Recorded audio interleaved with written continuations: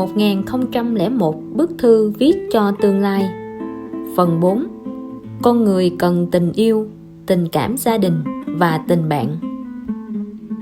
Chương 1. Tình yêu là khoảng cách gần nhất giữa những tâm hồn. Tình yêu và cà phê đều cần đến một chút tưởng tượng.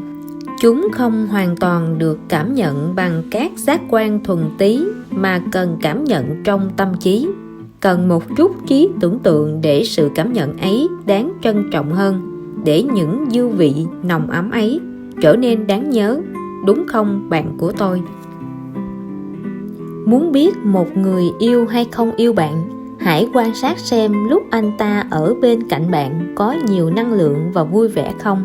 Nếu có tức là yêu, không có tức là không yêu. Tình yêu không phải là sự cảm động. Nếu bạn không phải là một nửa lý tưởng mà anh ta tìm kiếm, thì mọi tiếp xúc chỉ là tạm thời. Đến khi anh ta gặp được một người khác khiến anh ta rung động, thì cũng sẽ rời xa bạn mà thôi. Tình yêu bắt đầu từ việc có cảm tình với nhau, vì rung động mà yêu, rồi vì không thể rời xa mà kết hôn. Nhưng quan trọng hơn cả chính là cần đến sự bao dung, vì bao dung mới có thể tha thứ, thích ứng với thói quen của nhau, mới có thể nắm tay nhau đi hết cuộc đời. Đừng ghen tị với tình yêu của người khác. Bạn cho rằng bạn không có, nhưng biết đâu tình yêu đó còn đang chờ đợi bạn ở con đường phía trước. Bạn cho rằng người ta đang có tình yêu, nhưng biết đâu đó lại chỉ là những gì đã qua. Tỉnh táo lại đi. Chỉ vì người không xứng đáng mà bạn đã làm quá nhiều việc vô nghĩa, quá nhiều những việc hoang đường và quá nhiều quyết định sai lầm. Vì những việc kia mà rất có thể bạn sẽ để tuột mất hạnh phúc vốn có, những sự tĩnh lặng trong cuộc sống và rất nhiều những chọn lựa lý tính. Bắt đầu từ bây giờ, hãy quên hết những gì bạn đã từng làm, dồn tâm sức làm lại những điều ý nghĩa mà bạn đã từng bỏ lỡ. Chớ vì tình yêu mà từ bỏ sự nghiệp. Đơn giản là nếu bạn chọn tình yêu thì đến khi tình yêu mất đi, bạn sẽ chẳng còn lại gì. Còn chọn sự nghiệp thì dù tình yêu có mất, bạn vẫn còn có thể kiếm tiền nuôi sống bản thân và có cuộc sống của riêng mình. Dù có tình yêu cũng không thể cùng nắm tay nhau đi đến cuối cuộc đời. Chẳng qua là trong một cuộc hành trình dài, người ta luôn vội vã để bước lên một chuyến bay tốt hơn. Dù có dừng lại bao lâu, từ đầu đến cuối vẫn phải ngồi trên những chuyến bay khác nhau. Biết rõ rằng sẽ mất đi tự do, biết rõ rằng một đời một kiếp bên nhau chỉ là lời hứa hẹn. Vậy mà ta sẵn sàng trao đi lời hứa để có thể gần hơn với người mình yêu và để có thể khiến họ được hạnh phúc. Tình yêu là cả một quá trình theo đuổi. Nếu như bản thân bạn cảm thấy mất tự do, đó chính là lúc tình yêu không còn tồn tại nữa. Đừng đếm lông gà khi còn trong trứng, và đừng nghĩ đến chiến tranh khi đang sống trong hòa bình. Yêu là thông cảm và thấu hiểu. Dù cho trong tay bạn đang nắm giữ vũ khí gì, cũng đừng mong đối phương sẽ vì bạn mà đầu hàng. Đã nắm lấy nhau thì hãy tin vào sự lựa chọn của bản thân. Bạn không cần quá để tâm tới ánh mắt của người khác nhìn mình ra sao. Có thể trình độ của anh ấy không cao, có thể khuôn mặt của anh ấy không được trẻ, có thể anh ấy chỉ có một công việc bình thường. Nhưng bạn đừng quên, bạn chọn anh ấy là vì tâm hồn đẹp của anh ấy làm cho bạn rung động. Người yêu không phải là thứ để bạn tùy tiện khoe khoang trong những cuộc trò chuyện, mà là người để yêu, để giữ trong trái tim bạn. Có thể bạn rất yêu anh ấy, nhưng cần phải nhớ rằng anh ấy không phải là tất cả của bạn. Hãy giữ lại một chút tình yêu cho bản thân mình. Đừng để họ có thể dễ dàng dắt mũi bạn bất cứ khi nào. Bạn không phải là nô lệ của anh ta, không phải phục tùng mọi lời anh ta nói, nhưng bạn nhất định vẫn phải ân cần chu đáo. Bạn yêu anh ấy, vậy thì hãy nói ra tình yêu đó. đâu cần phải cân nhắc để tâm quá nhiều điều đến vậy. Sợ tính cách, sợ địa vị, sợ không môn đăng hộ đối. Đừng sợ, yêu một người là điều vô cùng đẹp đẽ. Trước khi biết yêu, bạn không tưởng tượng được yêu một người là như thế nào. Trước khi tình yêu mất, bạn không tưởng tượng được tình yêu rồi cũng sẽ tan vỡ. Trước khi tình yêu bị lãng quên, bạn không tưởng tượng được một tình yêu đã từng khắc cốt ghi tâm, đến giờ cũng chỉ còn lại những ký ức mờ nhạt. Trước khi bắt đầu một tình yêu mới, bạn cũng không nghĩ được rằng bạn lại có thể một lần nữa có được tình yêu tuyệt vời đến thế. Hóa ra cô đơn là khi dùng tay mình để đếm ngón chân. Hóa ra nhớ nhung là ngay cả khi hít thở cũng thấy khó nhọc. Hóa ra một người nào đó là cả cuộc đời. Trên thế giới này, đau đớn nhất là giữa hai người vốn dĩ không quen biết nhau, có khoảng cách rất xa, bỗng nhiên một ngày quen biết và yêu nhau, kéo khoảng cách trở nên gần hơn. Nhưng sau đó đến một ngày chẳng còn yêu nhau nữa. Hai người vốn rất gần gũi, nay trở nên rất xa, thậm chí còn xa hơn trước. Vì sao phải khổ sở để quên đi một người? Thời gian rồi sẽ giúp bạn quên thôi. Nếu như thời gian không thể khiến bạn quên đi những điều không đáng nhớ về một ai đó, thì tất cả những năm tháng trôi qua đâu còn ý nghĩa gì. Nếu như bạn còn độc thân, xin đừng than vãn. Chỉ là bạn đang trên con đường đợi người ấy đến, rồi anh ấy sẽ đến thôi. Đối với bản thân nên có lòng tin. Bạn hãy chờ đợi trong hạnh phúc. Đừng tự ti mà hãy tin vào bản thân mình. Trước khi anh ấy xuất hiện, hãy vì bản thân mà trở nên xinh đẹp. Bạn đừng bao giờ nghĩ rằng những người xung quanh đều đã có đôi có cặp, mình cũng tùy tiện chọn lấy một người cho xong. Như vậy thật sự không hề có trách nhiệm với bản thân. Trong quá trình khao khát và tìm kiếm tình yêu, bạn có vui vẻ, lại cũng có những chán nản và thất vọng. Chỉ có trải qua những chán nản, thất vọng ấy, chúng ta mới học được cách trân trọng người khác. Chưa từng được ai yêu thương, bạn mới biết trân trọng người yêu tương lai của mình.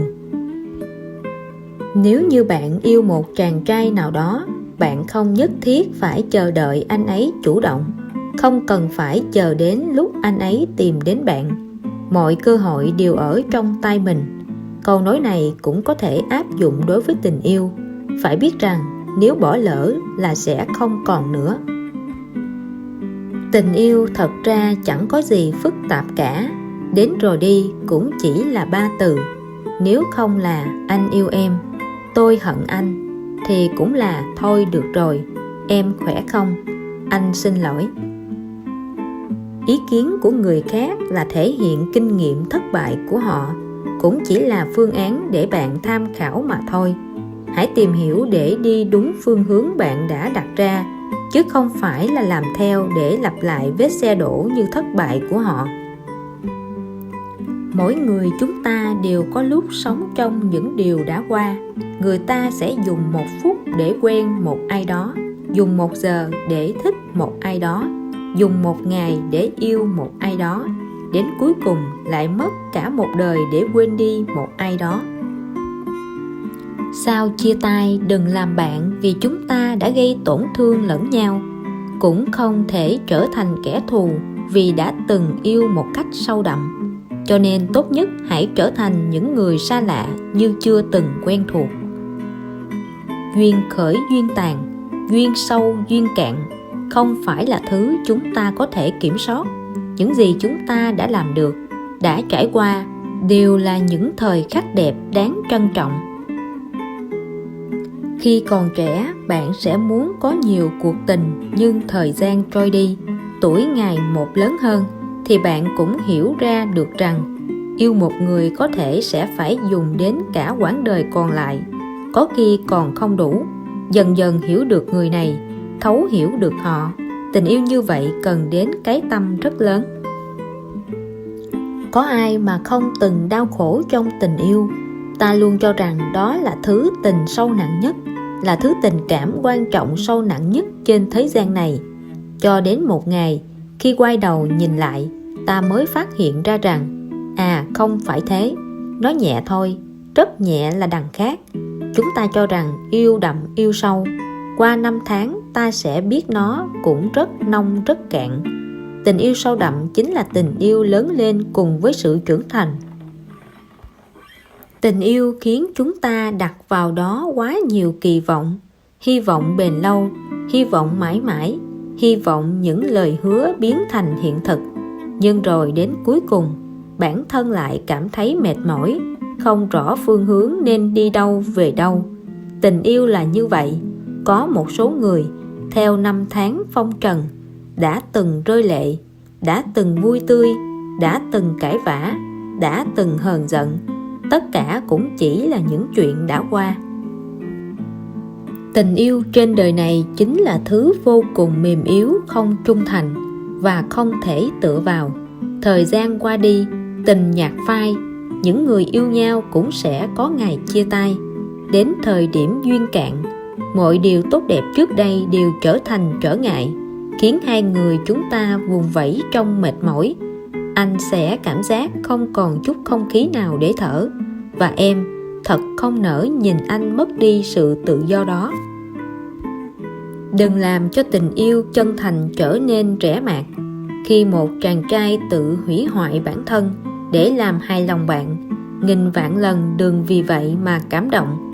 Đầu lọc thuốc này đang cháy trên tay anh ta, nhưng lần sau biết đâu là cháy trên người bạn. Tính mạng không thể đem ra để chứng minh cho tình yêu, cũng giống như chúng ta không thể chứng minh việc bản thân mất niềm tin vào ái tình. Trong thế giới nhỏ bé của phụ nữ, tình yêu là một thứ tình cảm tinh thần xa xỉ. Nó giống như nhãn hiệu đồng hồ Rolex sang trọng vậy. Nhưng nếu như không có được nó thì chúng ta vẫn sống tốt. Khi chia tay không cần phải nói những lời cay nghiệt, đừng than vãn, cũng như không cần phải cảm thấy hối hận. Hối hận cũng không giải quyết được việc gì. Chẳng cần phải xé ảnh, đốt thư, nhật ký tình yêu chết đi sống lại của bạn. Sẽ có người khác thay bạn làm việc đó. Một người trong một đời có thể yêu rất nhiều người. Vì thế, đợi đến khi bạn tìm được hạnh phúc thật sự của mình, bạn sẽ hiểu ra rằng tất cả những đau khổ buồn bã trước đây đều là những thứ quý giá phải trải qua trong đời. Nó dạy bạn biết trân trọng những điều tốt đẹp và gìn giữ chúng. Nếu là hữu duyên, thời gian hay không gian đều không phải là trở ngại. Nếu là vô duyên, thì dù có tình ý, có cố vượt mọi ngăn trở, thì cũng chỉ là dửng dưng, không cần cưỡng cầu. Tất cả hãy để tùy duyên. Bầu trời không có dấu vết của đôi cánh khi con chim bay qua. Con tim không có hàng dấu vết dao cứa sắc nhọn, nhưng nỗi đau thì lại hiện rõ. Tim là nơi mềm yếu nhất. Khi bị người mình yêu làm tổn thương, thì nơi đây sẽ hằn rõ những đớn đau mà không cần đến bất cứ vật sắc nhọn nào. Và cũng chỉ có thời gian mới có thể xoa dịu và chữa lành những vết thương này. Rất nhiều người vì cô đơn mà yêu sai người, nhưng cũng có nhiều người vì yêu sai người mà cô đơn một đời. Không phải vì tình yêu ta dành cho người không đủ, mà chỉ là người không dám khẳng định tình yêu này là đúng đắn nhất. Học được cách chia sẻ tình yêu với người khác chưa đủ, vẫn cần phải học cách buông bỏ tình yêu ấy. Sự vĩ đại của tình yêu chính là dành mọi điều tốt đẹp nhất cho người mình yêu, dù cho nó có làm tim bạn đớn đau. Có một số việc chúng ta thừa hiểu rằng đó là sai trái, nhưng vẫn kiên quyết theo đuổi bởi do không cam lòng. Có một số người chúng ta thừa biết là yêu đấy, nhưng vẫn dứt khoát từ bỏ bởi vì không có kết quả. Có nhiều lúc chúng ta quá hiểu không có con đường nào nữa, nhưng vẫn tiến về phía trước bởi vì đã quen rồi. Anh không biết rằng em đang nhớ anh là bởi anh không yêu em. Em biết rõ rằng anh không nhớ đến em, nhưng em vẫn điên cuồng yêu là do em ngốc quá. Có thể vào lúc nào đó, chạy trốn không phải là vì sợ hãi đối mặt, mà là không biết rõ bản thân đang chờ đợi điều gì. Cô đơn không phải do bẩm sinh đã có, mà nó bắt đầu từ khi bạn yêu một người. Khi bạn gặp một ai đó, bạn yêu họ nhiều một chút, tức là bạn đang bắt đầu mất đi người đó. Sau này, khi bạn gặp một người khác, họ yêu bạn nhiều một chút, sớm muộn gì bạn cũng sẽ rời bỏ anh ta. Cho đến một ngày, bạn gặp một người, hai bạn bắt đầu yêu, tự nhiên hiểu ra rằng mọi sự kiếm tìm đều là cả một hành trình xa tận chân trời, gần ngay trước mắt. Đừng làm tổn thương người yêu bạn, cũng đừng để người bạn yêu chịu sự tổn thương. Thật ra mỗi người khi bắt đầu tình yêu đều không hiểu yêu là gì. Chỉ khi cùng với người mình yêu trải qua nhiều chuyện, nếm trải vui buồn ngọt đắng mới hiểu, mới trưởng thành và mới biết trân trọng. Có thể bạn đã quen với việc ở bên cạnh một ai đó, dù biết rõ rằng đã không còn cảm giác thích thú, nhưng thời gian qua đi, việc ở bên cạnh họ đã trở thành một thói quen khiến bạn không còn muốn chọn lựa. Đời người có nhiều lần phải đưa ra lựa chọn. Khi bạn có cơ hội để chọn lựa, bạn nhất định phải cẩn thận, bởi khi đã quyết định thì không bao giờ được hối hận. Nâng lên được thì cũng hạ xuống được. Cái gì cần dứt là phải dứt. Những gì cần quên thì hãy quên đi. Những điều cần trân trọng thì hãy trân trọng. Đừng nên cố chấp với tình yêu của bạn khi phát hiện ra tình yêu ấy không còn nữa. Đôi khi buông tay không phải là cho anh ấy sự tự do, mà là cho chính bản thân bạn một con đường mới. Tình yêu chính là trong hàng trăm vạn người, bạn gặp được người phải gặp trong cuộc đời. Trong hàng vạn năm, thời gian đằng đẵng, không sớm một bước, không chậm một bước, vừa đúng lúc này gặp nhau. Tình yêu mãi mãi vốn là như vậy, bộc phát ra từ nội tâm của chính bạn, được xây dựng dựa trên cơ sở bình đẳng. Dù thế nào cũng tập trung yêu một người, hoặc được một người yêu điên cuồng mà ngó lơ bản thân, hoặc là thật lòng yêu thương mà không biết thật lòng yêu người ta, cũng không có được kết quả tốt đẹp. Trong tình yêu, không tính toán được ai đã rời đi, ai đã ở lại, chỉ là thấy nhau rồi lạc nhau, ghi nhớ rồi lãng quên. Trong tình yêu, không tính toán được gì mất gì, chỉ là mất rồi có, quên rồi nhớ. Tuy nhiên, tìm thấy rồi có nghĩa là tồn tại hay không? Ghi nhớ rồi có là mãi mãi thuộc về hay không? Tình yêu cũng có hạn sử dụng. Nghiên cứu khoa học chứng minh nó có kỳ hạn trong 7 tháng, nhưng cũng có người nói kỳ hạn có thể tới là 7 năm.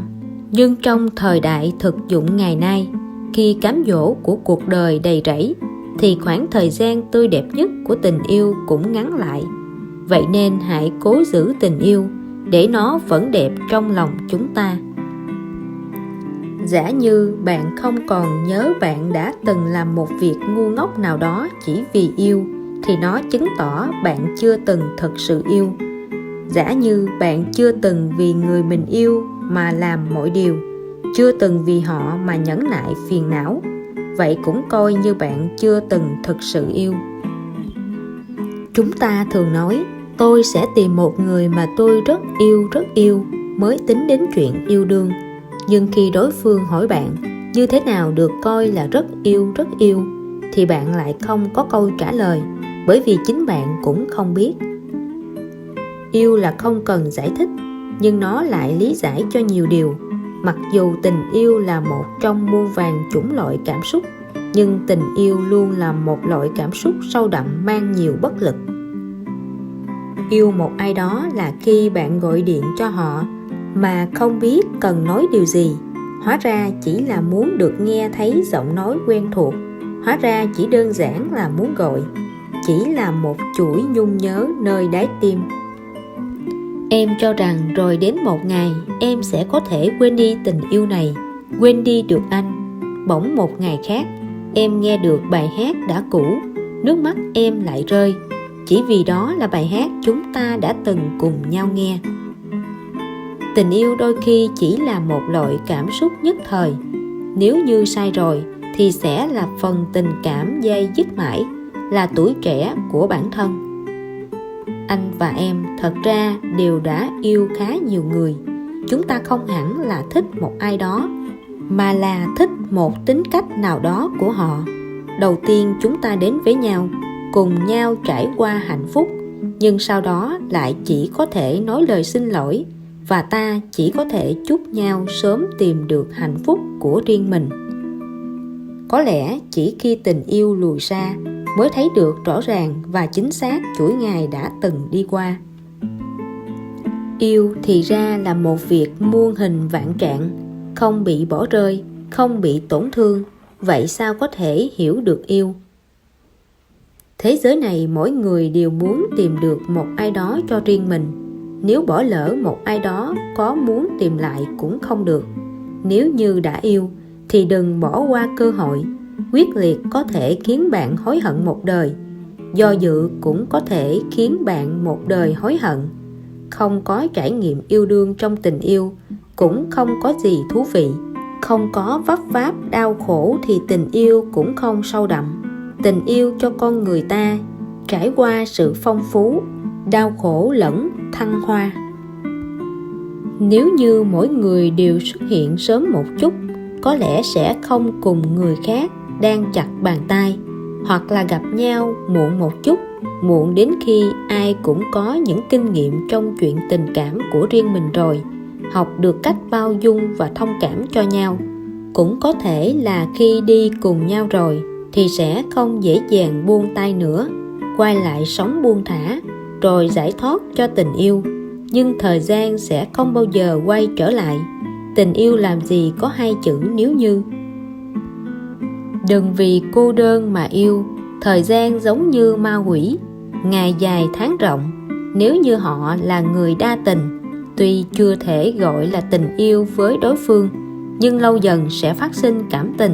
Đến cuối cùng thì sẽ thế nào? Người yêu bạn nhất chắc chắn không lựa chọn bạn.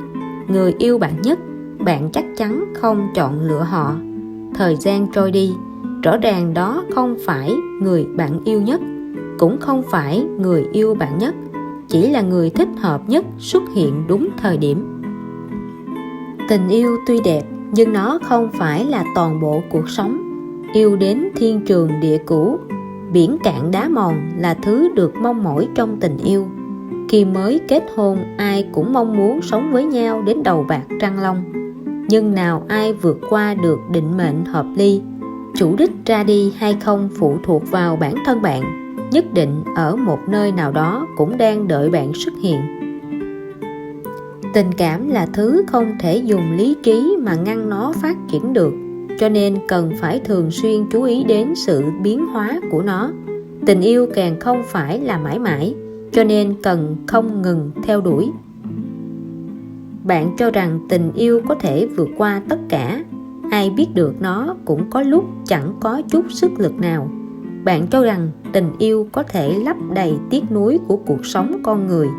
Nhưng mà thứ tạo ra tiếc nuối nhiều hơn, thật không may lại chính là tình yêu. Khi tình yêu đến gõ cửa trái tim, đương nhiên là mừng vui hạnh phúc. Nhưng sự vui vẻ này sẽ phải đánh đổi bằng việc phải học tiếp nhận những thất vọng, tổn thương và ly biệt. Em cần biết rằng trên thế giới này luôn luôn có một người mãi mãi đang chờ đợi em. Ở bất cứ khoảnh khắc nào, ở bất cứ nơi đâu, dù sao đi nữa em cũng nên biết có một người như vậy tồn tại.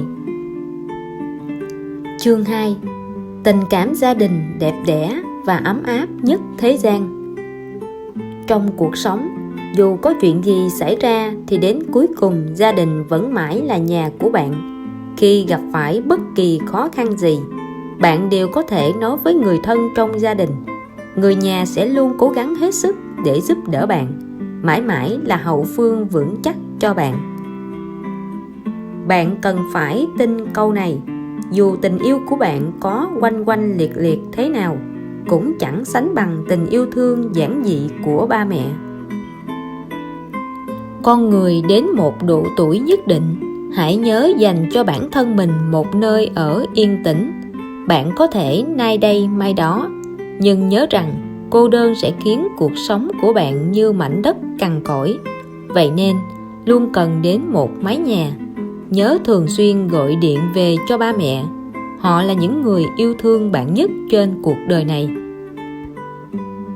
Đừng nghĩ người ta ra đi rồi thì bạn không thể sống được.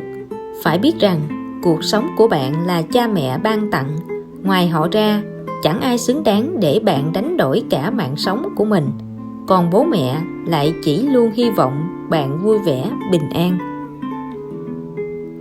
Kỳ nghỉ đến rồi, đừng quên chăm sóc ba mẹ nhiều hơn. Họ là người thân thiết với bạn nhất. Đừng để bạn dần quên mất sự tồn tại của họ. Khi chẳng may đổ bệnh, công việc sẽ không chăm sóc cho bạn đâu, mà là ba mẹ bạn đấy. Vì thế hãy giữ liên lạc với ba mẹ. Ít nhất mỗi tuần hãy gọi điện về nhà một lần. Chỉ khi chính mình được làm cha mẹ rồi, bạn mới có thể thật sự hiểu thấu những nỗi khổ tâm của ba mẹ.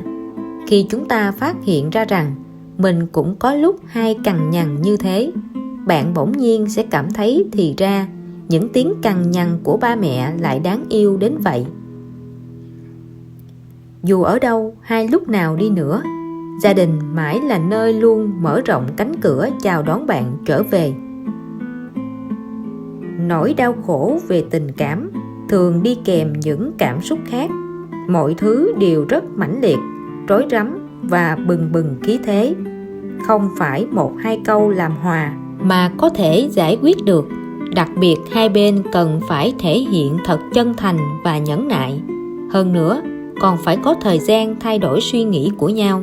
Như vậy, trái tim mới dần thoải mái được.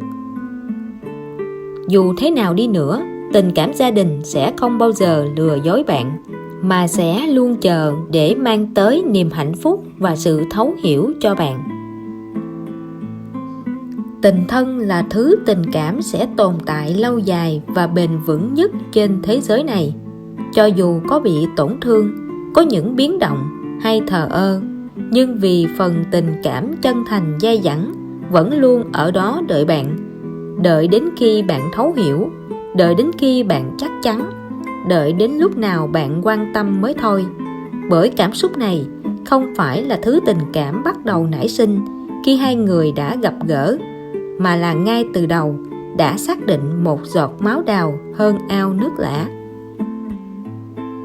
Người ta gọi tình thân là loại quan hệ mà con người ta vốn đã tin tưởng mà không cần phải dựa vào kỹ năng mới có thể tin tưởng một cách tuyệt đối.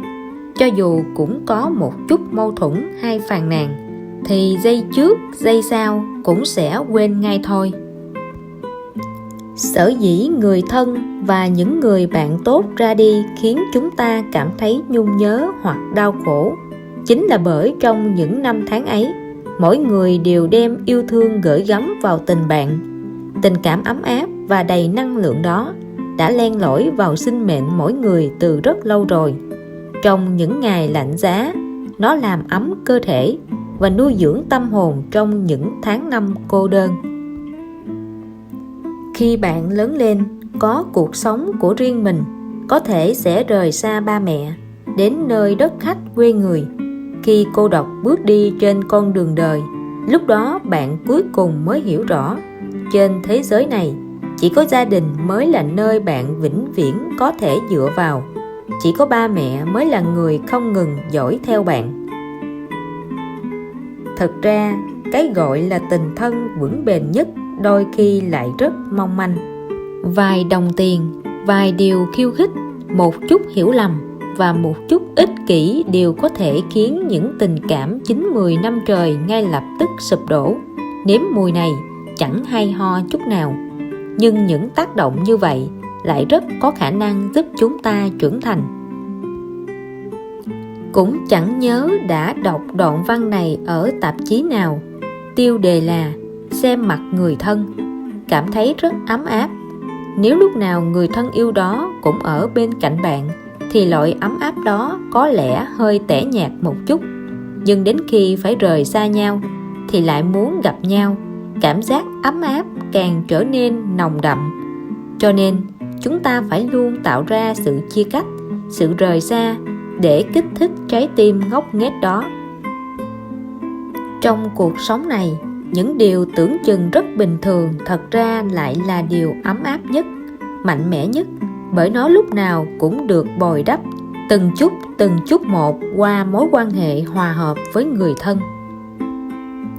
Cho dù cả thế giới này khinh thường bạn thì cũng chẳng sao hết, nhưng ngay cả người thân cũng khinh thường bạn thì rất khó để bước tiếp trên đường đời sau này. Lớn lên bạn sẽ hiểu, điều đáng an ủi nhất trong những việc bạn có thể ở quá khứ chính là bạn chưa bao giờ khiến khuôn mặt của mẹ có thêm một nếp nhăn, hay mái tóc mẹ có thêm một sợi bạc.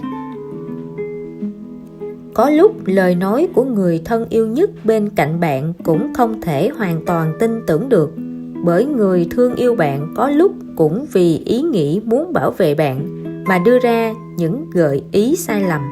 Điều quan trọng nhất là phải luôn duy trì sự tỉnh táo và chính trực của bản thân, vì chỉ có bạn mới là người hiểu rõ năng lực và khả năng của mình nhất vào thời khắc bạn hỏi nguồn năng lượng thật sự vốn ẩn sâu trong trái tim bạn rằng bạn thật sự muốn từ bỏ hay vẫn muốn tiếp tục. Ban đầu chúng ta cứ ngây thơ tin rằng có tiền rồi mới có thể phụng dưỡng ba mẹ. Sau này mới phát hiện tình thân là thứ dù có nhiều tiền đến đâu cũng chẳng đổi lại được. Máu mủ là một thứ rất kỳ lạ. Nó khiến con người ta yêu và được yêu tới mức vô hạn. Khi chúng ta vì người thân yêu nhất mà hiến máu hay thay thế một vài bộ phận trên cơ thể, chúng ta sẽ chẳng nghĩ xem đáng hay không đáng, bởi vì đó là lựa chọn bản năng rồi. Đừng chỉ báo với ba mẹ những tin tốt về bạn. Bao năm bên ngoài, ngậm đắng nuốt cay đều chỉ có thể tự mình gánh vác. Dù có đau khổ thế nào cũng không muốn nói với ba mẹ. Như thế, bạn đã mất đi nơi nương náu giúp bạn chữa lành những vết thương. Mặc dù chúng ta đã có một thiên đường nhỏ của riêng mình, nhưng trong cuộc đời này, dù bạn có leo cao đến đâu, cũng chẳng sánh bằng tình phụ tử. Dù cho nó là vô hình, nhưng đã chiếm một chỗ trong trái tim mỗi người. Thời gian trôi qua, rất nhiều chuyện trong quá khứ cũng đã phai mờ. Chắc hẳn trong dòng chảy dài của lịch sử, có một ngôi sao luôn luôn tỏ sáng, đó chính là tình thân. Thời gian có thể khiến người ta mất đi mọi thứ, nhưng tình thân thì không bao giờ rời đi. Cho dù đến một ngày nào đó, người thân ra đi, nhưng tình yêu của bố mẹ sẽ mãi lưu giữ ở nơi sâu nhất trong tâm hồn trẻ thơ của bạn. Tình thân cần phải được cam kết. Cam kết là một từ mang hơi hướng thương mại một chút, thế nhưng thực chất cam kết và việc kinh doanh chẳng liên quan gì cả. Từ khi còn nhỏ, thay vì nói rằng chúng ta ngoan ngoãn thực hiện các quy tắc, thì thà nói do mẹ đã bao bọc chúng ta quá kỹ, vì thế chúng ta chẳng lấy đâu ra cơ hội mà đi lệch hướng nữa. Dù một người đang bao nhiêu tuổi đi nữa, thì đến khi không còn ba mẹ, vẫn sẽ trở thành trẻ mồ côi. Từ khi người ấy bước vào ngưỡng cửa của thế giới này, đến khi người ấy vượt qua mọi rào cản, tất cả dường như đều theo đó mà sụp đổ. Khi vẫn còn ba mẹ, dù họ có ở ngay bên cạnh chúng ta hay không, thì cảm giác an toàn vẫn luôn ở đó. Dù cho áp lực cuộc sống bên ngoài có lớn thế nào, gặp phải bao nhiêu điều không may, về nhà nhìn thấy ba mẹ mà mình quan tâm nhất, trong lòng hẳn sẽ thấy có người bảo hộ tốt nhất. Một khi ba mẹ qua đời, sự bảo hộ trong lòng đó cũng hoàn toàn sụp đổ. Dù lúc này chúng ta đang ở tuổi 20 hay 40 đi nữa, thì đều bị nhấn chìm trong cảm giác cô đơn, hoảng loạn. Khi không nhà, không cửa, loại cảm xúc này gọi là tình yêu, một thứ tình cảm không thể thay thế được. Khi ba mẹ tặng chúng ta một món quà, chúng ta mỉm cười. Khi chúng ta trao tặng ba mẹ một món quà, ba mẹ khóc. Nếu như cả thế giới này đều ruồng bỏ bạn, ít nhất còn có mẹ, người sẽ không bao giờ rời bỏ bạn. Hãy nhớ tới vòng tay ấm áp của mẹ lúc nhỏ. Đó chính là thiên đường đẹp đẽ nhất của chúng ta. Hàng ngàn năm nay, chúng ta vẫn luôn nhấn mạnh hai chữ hiếu kính. Nhưng tôi nghĩ rằng hiếu kính nên đặt chữ kính, tức kính trọng lên trên hết. Không có kính thì hiếu cũng chẳng có giá trị là bao. Chính vì vậy, chúng ta phải có một lòng kính trọng sâu sắc với mẹ. Có như vậy, đạo hiếu của chúng ta với mẹ mới thật sâu đậm và mạnh mẽ. Rời bỏ cuộc sống hiện tại để bắt đầu lại, đây không chỉ là cách nghĩ thông thường của một đứa trẻ khi cảm thấy có lỗi, mà những người trưởng thành khi gặp khó khăn chẳng phải cũng nghĩ tới cách trốn khỏi hiện thực hay sao? Nhưng thông thường sau khi né tránh, không chỉ vấn đề đó không có cách giải quyết, mà còn xuất hiện thêm những phiền phức mới. Lúc này thật khó mà từ bỏ. Đó là tất cả những gì chúng ta đã trải qua, địa vị, tài sản lớn lao, hay đến mức chỉ một muỗng cháo, một chỗ ngồi, thì điều khó quên nhất cũng chính là tình thân, sự ấm áp nơi gia đình. Khi già đi rồi, con người ta sợ nhất điều gì? Câu trả lời là sự cô đơn. Có thời gian, hãy ở bên ba mẹ nhiều một chút, đừng để họ cảm thấy cô đơn. Trong sự hiểu biết nông cạn của tôi, tình yêu của những người thân thiết mãi là thứ tình cảm nước chảy thành sông, bởi nó là quy luật tự nhiên. Dù thế nào đi nữa thì cũng vẫn yêu. Công việc và nghề nghiệp không phải là cái cớ để lười biếng. Những người thân thiết lại càng cần phải có một cuộc sống đầy đủ, càng cần cả nhà cùng nhau vui vẻ. Nhà là nơi duy nhất trên thế giới này bạn có thể che giấu con người yếu đuối và thất bại của mình. Đồng thời nó cũng là nơi cất giữ tình yêu thương ngọt ngào. Tình phụ tử, anh em tự nhiên là vậy. Nếu so đo thiệt hơn thì sự ấm áp trong gia đình sẽ dần dần biến mất. Đừng để tình thân ngày càng lép vế khi đối mặt với những ảnh hưởng trong sự biến chuyển hối hả của xã hội hiện đại. Ít nhất chúng ta cũng phải tự mình đứng lên. Đừng để bản thân phải hối hận. Tục ngữ có câu, cây muốn lặng mà gió chẳng ngừng. Con muốn phụng dưỡng mà cha mẹ còn đâu. Nhân lúc hiện tại, ba mẹ vẫn còn đó. Hãy dành tặng cho họ sự tôn trọng nhẹ nhàng chẳng chút xa xỉ. Ba mẹ nhớ con cái giống như dòng nước chảy, cứ luôn chảy mãi. Còn con cái nhớ đến ba mẹ chỉ như gió thổi lá cây, thổi một chút liền đung đưa, nếu không thổi liền bất động. Mẹ hiền kim chỉ cầm tay, mai manh áo mới cho ngày con đi. Tình yêu lớn lao của ba mẹ trên đời này thật ra đều được thể hiện trong từng đường kim mũi chỉ, từng phong thư, trong những chuyện rất nhỏ. Tình mẹ là bộ phục trang ấm áp, lúc nào cũng chăm sóc cho cơ thể bạn. Tình cha là bộ vest vừa vặn, lúc nào cũng bao bọc trái tim bạn. Tình cha tình mẹ là hai bộ quần áo trên cơ thể bạn, lúc nào cũng luôn bên cạnh. Dù cho bạn có đi xa nghìn núi muôn sông, hay tới tận chân trời góc biển, tình cha tình mẹ vẫn mãi bao bọc bạn. Nếu như chúng ta học được một chút bình tĩnh, nếu chúng ta học được một chút cách đối nhân xử thế hòa hợp, nếu chúng ta biết tha thứ và cảm thông với người khác, chúng ta ắt sẽ cảm thấy biết ơn mẹ hiền của mình. Đừng để những lời cự tuyệt của ba mẹ trở thành cái cớ cho sự ích kỷ của bản thân. Cũng đừng vì tuổi tác mà bỏ qua sự tồn tại và nhu cầu của họ. Đối với chúng ta, có những chuyện rất bình thường, chẳng qua chỉ là chuyện nhỏ, nhưng đối với mẹ, đó lại là chuyện quan trọng vô cùng. Trên thực tế, ba mẹ rất dễ hài lòng, chỉ vài câu chào, vài cái ôm, vài tấm thẻ thôi cũng sẽ khiến họ cảm động một hồi thật lâu. Tình thân là thứ tình yêu không ích kỷ nhất trên thế giới này. Tình thân cũng mang nhiều ý nghĩa nhất, có cách thức biểu đạt sâu đậm nhất.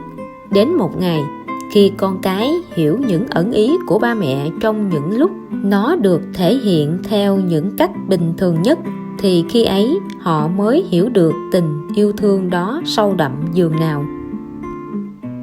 Thật ra, rót một tách trà hay những hành động nhỏ mà tinh tế đều từ tình thân ấm áp mà ra.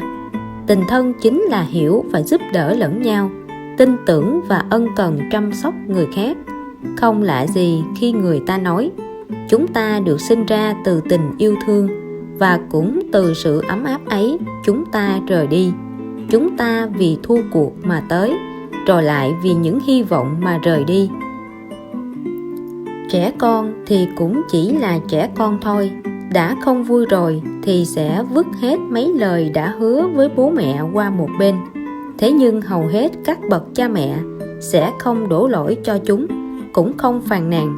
Đó chính là lòng khoan dung của cha mẹ. Những lúc bạn bị tổn thương, gia đình chính là nơi tốt nhất giúp bạn chữa lành. Khi bạn trôi dạt bên ngoài đến mệt nhoài rồi, hãy về nhà nghỉ ngơi. Khi bạn hoàn thành xong việc học, đừng quên những kỳ vọng của ba mẹ nhé. Trong vô vàn tình cảm chân thật, cốt lõi nhất vẫn là tình cảm gia đình ruột thịt, là tình yêu thương lớn dần lên cùng những đứa trẻ, là báo đền công lao sinh dưỡng, là để những người đã trải qua 60 năm cuộc đời được an hưởng tuổi già.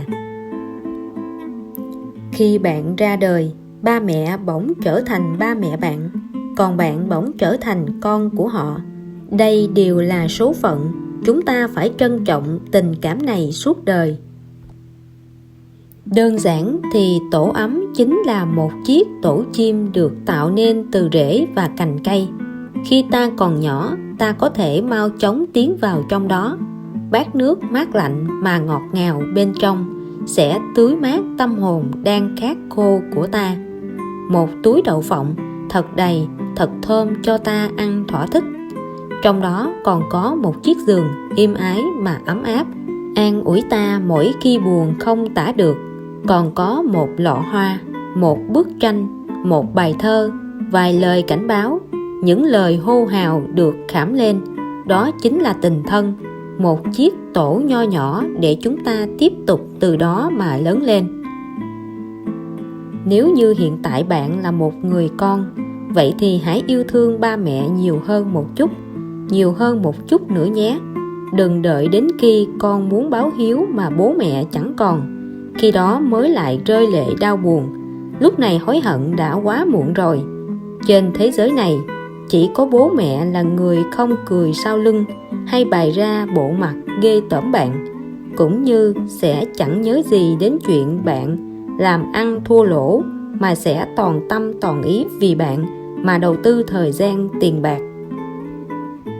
Bởi vì tình cảm gia đình luôn tồn tại ở một góc trong trái tim.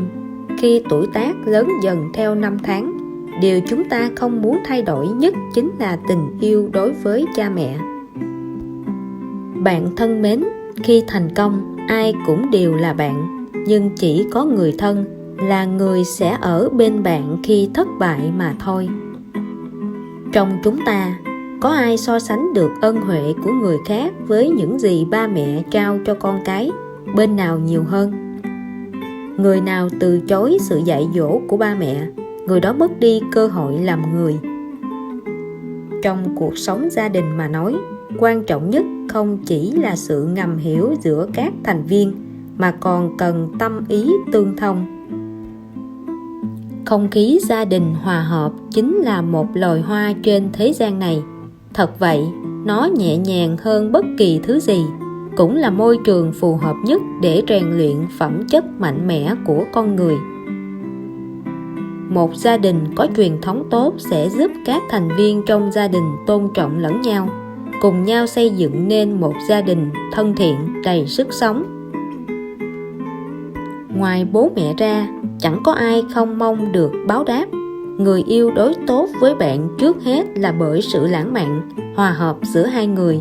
Bạn bè đối tốt với bạn là vì những lợi ích chung và bớt cô đơn trước tiên. Còn những người khác thì không phải nói tới nữa. Khi tình cảm gia đình được truyền đi qua sóng điện thoại, chúng ta chẳng thể nhìn thấy ánh mắt đối phương. Khi ngôn ngữ cuộc sống bỗng biến thành những dòng tin nhắn, chúng đem lại không chỉ là những dòng chữ mờ nhạt, đôi khi còn sai chính tả, khô cứng. Cảm xúc cũng bị những cái văn minh hiện đại che bớt đi mất rồi.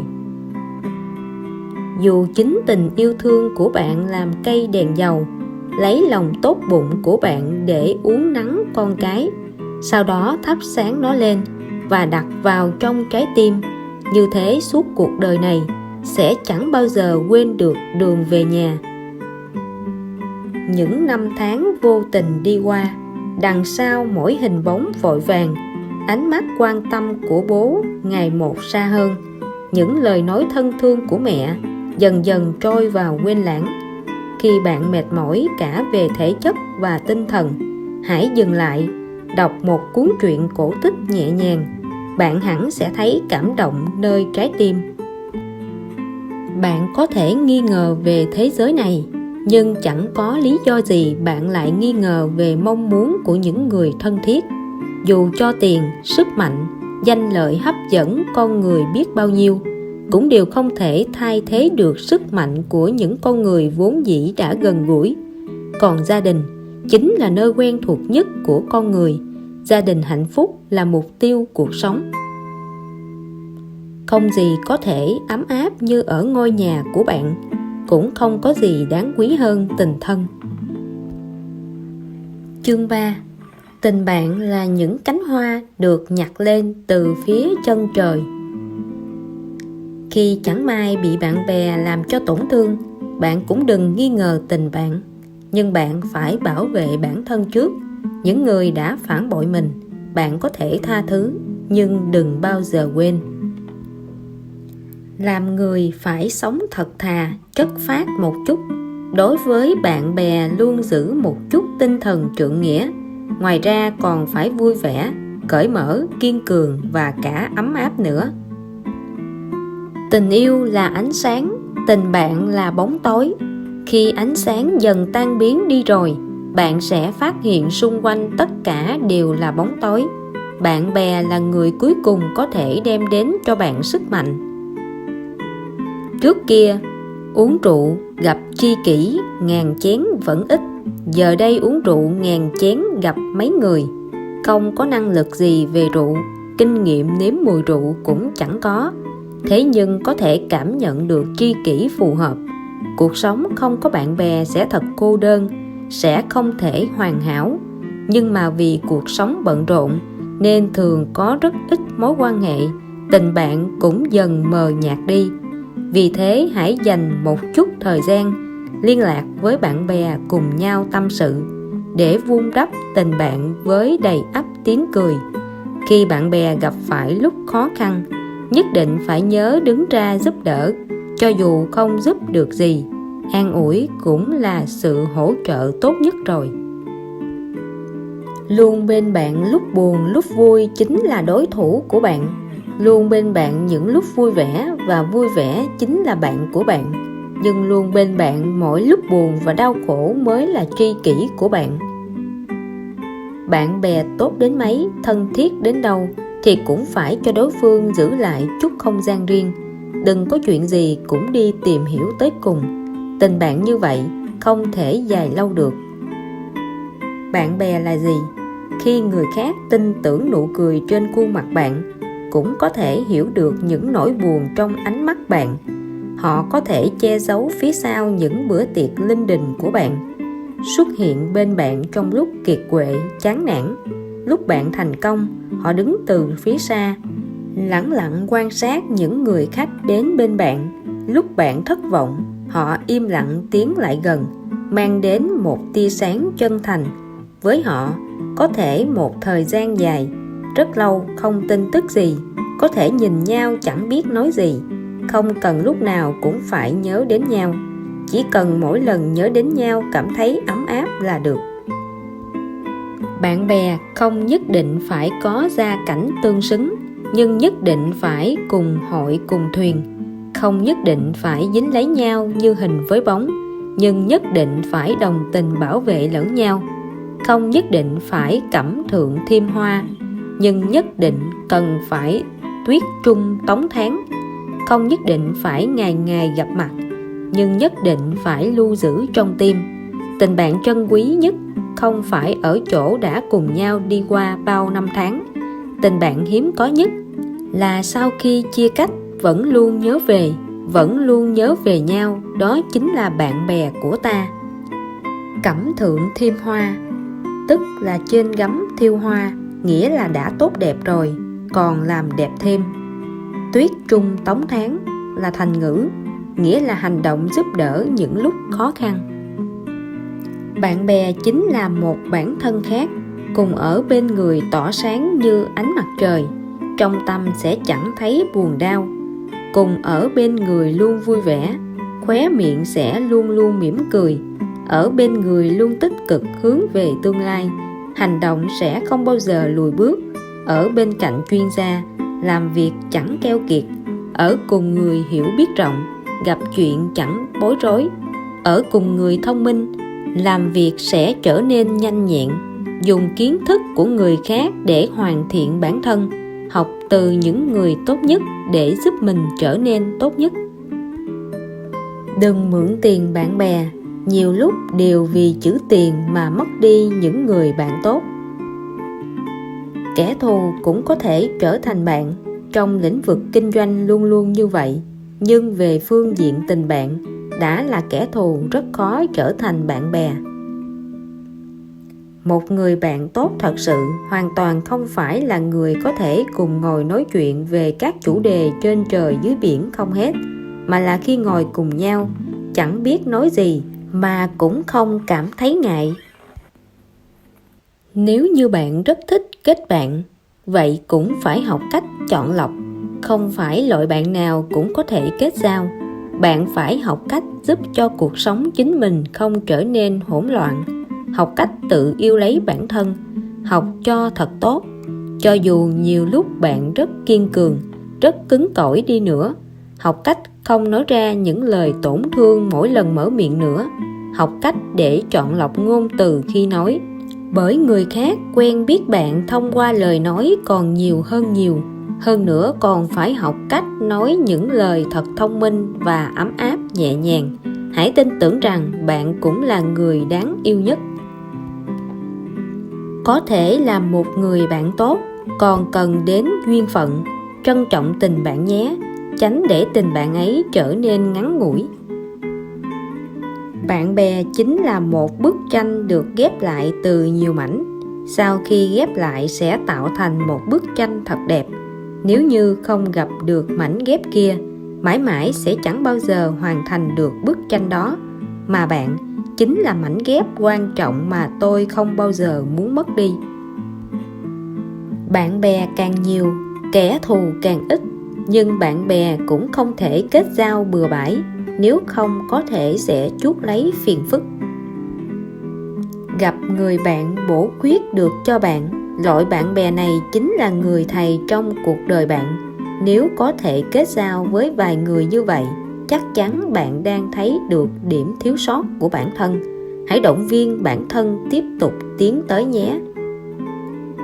Bạn bè là một phần vô cùng quan trọng bên cạnh chúng ta, là người trong giây phút không thể chịu đựng được liền muốn bấm số gọi, là chỉ một cốc trà mà ngồi mãi tới tận đêm khuya.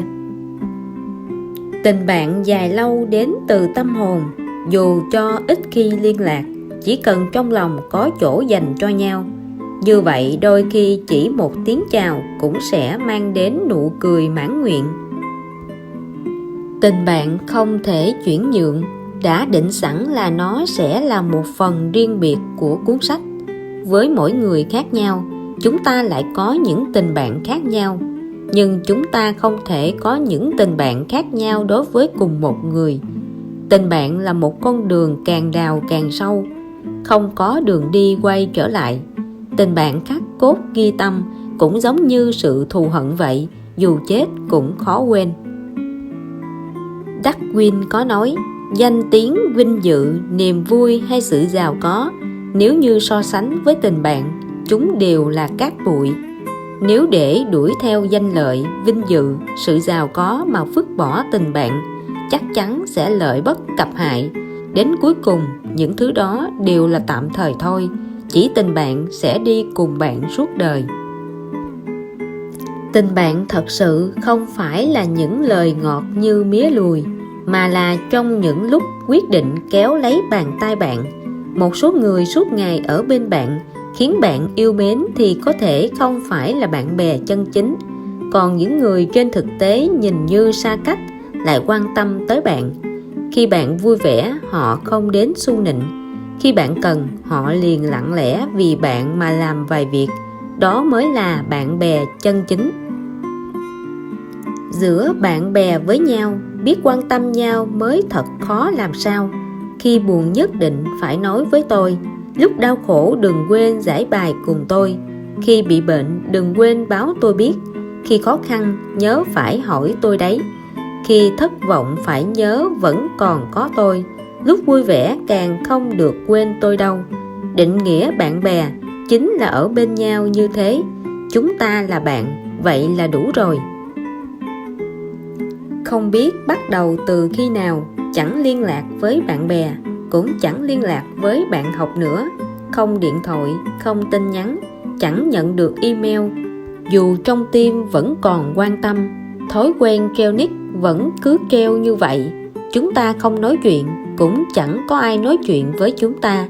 Thường nói thế giới này nhỏ bé quá, thế nhưng khoảng cách giữa hai trái tim càng ngày càng xa. Khi bạn bè không vui, bạn chỉ cần lẳng lặng ngồi bên cạnh, đừng nói gì với nhau. Dù cho chẳng nói gì, họ cũng sẽ cảm thấy tốt lên rất nhiều, rất nhiều. Bạn bè càng thân thiết, nói chuyện cũng có phần xởi lởi hơn. Bạn càng thân, hành động với nhau càng dễ dãi. Bạn bè càng thân, cười với nhau cũng thành thật hơn.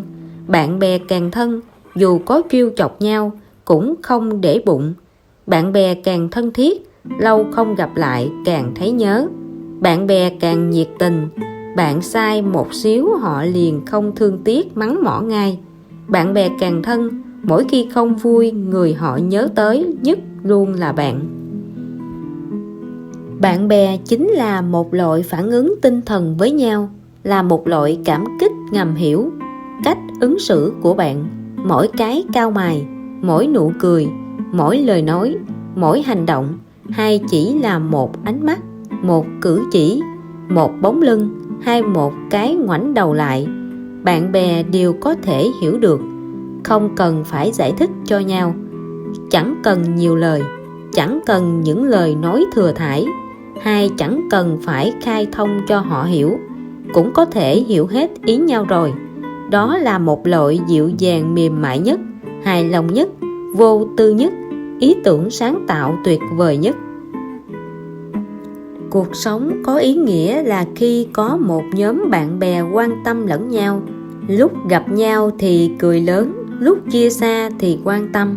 Khi đứng trước mặt người khác, chỉ có họ mới hiểu hết những ám chỉ và chuyện cười. Khi nhàm chán nhất, có thể tìm thấy người để nhắn tin. Dù sau đó có một ngày, cuối cùng cũng phải tản mát nơi chân trời. Nhưng trước kia, cuộc sống cùng nhau trải qua, đã từng cùng nhau tỏa sáng, đã từng vì người kia buồn mà buồn theo. Trong lúc đau buồn, nén nhịn thương đau, nở một nụ cười sáng lạng. Về phương diện bạn bè tốt, nhất định phải bồi dưỡng được một tri kỷ. Đừng nghĩ bạn hoàn hảo tuyệt vời như thế nên ở đâu cũng có bạn. Đến cuối cùng, thật tâm đối với bạn cũng chỉ có một người mà thôi.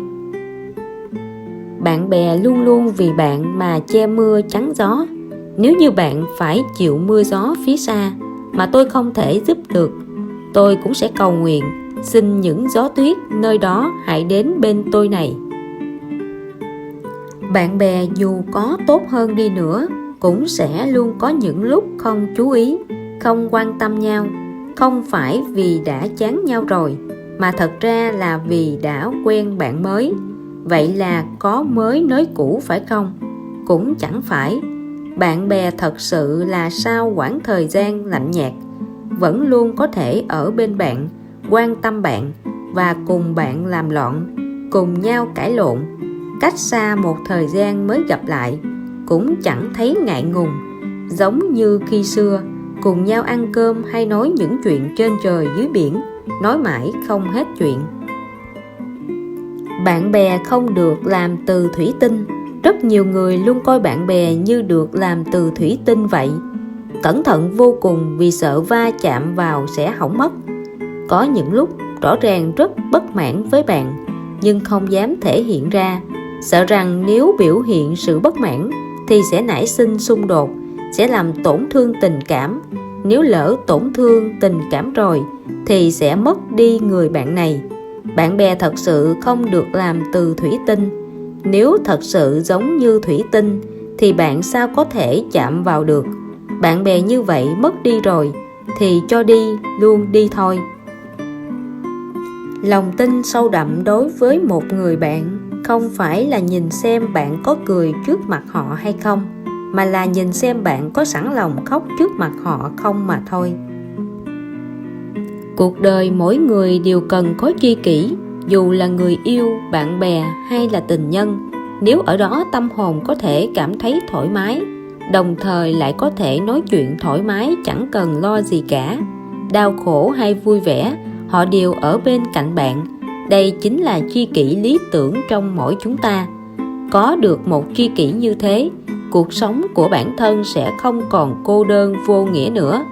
Nó cũng sẽ khiến tâm hồn chúng ta được lấp đầy, cảm nhận cuộc sống ngọt ngào trên thế giới này.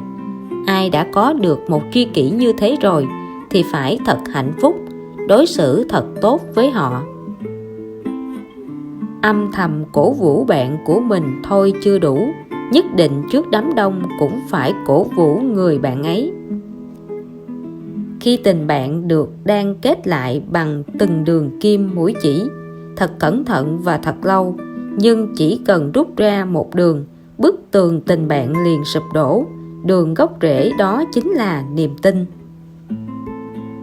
Muốn có bạn bè, trước hết phải là người bạn tốt. Dù trong cuộc sống thật hay trên mạng thì đều cần phải như vậy. Không có thứ tình bạn nào là bền lâu mãi mãi. Trong cuộc sống của bạn, con người đến và đi cũng như dòng nước. Có lúc tình bạn chỉ trong một thời gian ngắn, có kỳ hạn mà thôi. Tình bạn dài lâu bắt nguồn từ tâm hồn. Dù cho liên lạc với nhau nhiều hay ít, chỉ cần trong tim có chỗ dành cho nhau, như vậy thường một câu chào hỏi thôi, trong lòng cũng vui rồi. Dù là tình yêu hay tình bạn, mục tiêu cuối cùng chẳng phải là nơi để trở về, mà là sự thấu hiểu là phải tìm được một người có thể cùng đi, cùng nói chuyện với nhau, dù là lúc nào hay tâm trạng có thế nào đi nữa. Xin hãy ghi nhớ, định nghĩa bạn bè tốt chính là khi bạn dần trở nên tốt, từ tận sâu trong trái tim cô ấy vui mừng vì bạn. Khi bạn không tiến bộ, cô ấy sẽ chân thành vì bạn mà lo lắng. Bạn bè thật sự trong kỳ nghỉ lễ sẽ không gửi tin nhắn cho bạn đâu. Bình thường có khi cũng chẳng gọi điện thoại nói chuyện gì hết. Nếu có chuyện gì, cầm điện thoại lên liền, chẳng cần nói mấy câu xin lỗi khách sáo, mà cứ thể đi thẳng luôn vào chủ đề chính. Thành công có thể thu hút những người bạn, thất bại có thể là một chút thử thách với bạn bè. Khi bạn chẳng có gì trong tay, ai là người ở bên bạn thì đó chính là người bạn quan trọng nhất. Bạn bè thật sự sẽ không phải chỉ nói ngoài miệng, họ sẽ không vì tình bạn mà yêu cầu gì hết, nhưng mọi người sẽ vì đối phương mà làm bất cứ việc gì. Khi vui vẻ, bạn bè sẽ biết chúng ta. Khi hoạn nạn, chúng ta mới biết bạn bè. Bạn bè chân chính là tri âm tri kỷ trên chặng đường đời này, là sự cộng hưởng giữa linh hồn với nhau. là một chấm nhỏ giữa năm tháng cuộc đời. Lấy niềm vui của người khác làm niềm vui cho chính mình, sẽ có thể gặp được bạn bè. Coi nỗi đau của người khác như nỗi đau của chính mình, có thể có được tình bạn. Bạn bè cũng có 3 loại: bạn bè một đời, bạn bè một lát, bạn không chơi được. Có một loại bạn bè thế này: khi bạn bị người khác hiểu lầm, họ liền đứng ra thay bạn nói vài lời, không cần giải thích, họ cũng sẽ tin tưởng bạn. Cho dù bạn sai, họ sẽ dễ dàng tha thứ cho bạn, bởi vì họ biết bạn, hiểu bạn. Khi gặp người bạn như vậy, hãy quý trọng họ nhé. Với đa số mọi người mà nói, những người bạn suốt đời phần lớn xuất hiện khi còn đi học, bởi vì thời điểm đó chúng ta còn rất trong sáng. Trong tình bạn không phân biệt gia cảnh giàu nghèo, chỉ là tồn tại một sự đồng điệu nơi trái tim mà thôi. Những người bạn thật sự phần lớn được gọi là bạn bè sống chết có nhau. Ở trước mặt người bạn sống chết có nhau, chúng ta sẽ chẳng tính toán gì cả. Muốn khóc thì khóc, muốn cười thì cười, bởi vì chúng ta đều biết những người bạn sống chết có nhau sẽ không cười nhạo chúng ta. Họ sẽ không bao giờ đâm một nhát dao sau lưng ta đâu. Những người bạn sống chết có nhau có thể sẽ vì bạn vô tình mà thề rằng sẽ không quan tâm đến bạn nữa. Nhưng lần tới khi bạn gặp khó khăn, họ chính là người đầu tiên chạy lại giúp đỡ bạn. Trước mặt những người bạn chân chính thì chẳng có gì gọi là oán hận cả. Mỗi người đều có những lúc đau buồn. Có lúc chúng ta sẽ bất ngờ phát hiện mỗi khi buồn luôn có vài người bạn ở bên cạnh lắng nghe bạn khóc. Lúc bạn vui vẻ, họ có thể sẽ không xuất hiện, nhưng khi bạn buồn, họ luôn là người đầu tiên xuất hiện bên cạnh bạn. Khi bạn buông thả bản thân mình, người đồng tình có thể là bạn của bạn, nhưng người phản đối chắc chắn là người thực lòng quan tâm tới bạn.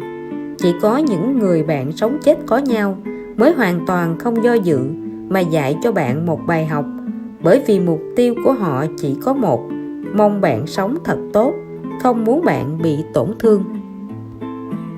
Tình bạn thật sự phải dùng tâm mà kết giao, nhưng đồng thời nó cũng cần thời gian khảo nghiệm.